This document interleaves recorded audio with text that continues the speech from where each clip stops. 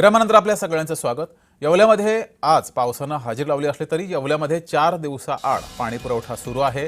साठवण तलावातील पाणी पातळी खालावलेली आहे। नाशिकच्या येवला शहराला पाणी पुरवठा करणाऱ्या साठवण तलावाची पाण्याची पातळी ही खालावलेली आहे। 2.2 मीटर इतकी खालावली आहे। त्यामुळे 4 दिवसाआड पाणी पुरवठा येवला शहराला होतोय।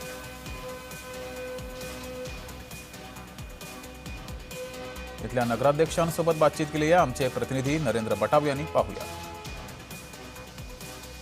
आपण सध्या येवला शहराला पाणी पुरवठा करणाऱ्या साठवण तलाव परिसरात आलेलो आहे। आपण बघू शकता की माझ्या पाठीमागे हा साठवण तलाव असून पाऊस हा लांबणीवर पडला आहे। अक्षरशः उन्हाच्या तीव्रतेमुळे अक्षरशः पाण्याचे बाष्पीभवन होत असल्याने या साठवण तलावातील पाणी पुरवठा हा दिवसेंदिवस घटत चाललेला आहे।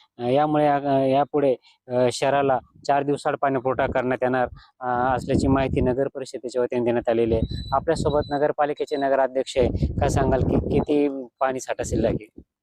पाणी साठा 2.2 मीटर पाणी साठा साठवण तलावामध्ये आहे। तरी यावेळेस उन्हाची तीव्रता असल्यामुळे बाष्पीभवन होत आहे पाण्याचं। तरी पाणी 1 महिना पुरेल असं पाणी आहे। तरी 3 दिवस पाणी नगर परिषदेने देत होते।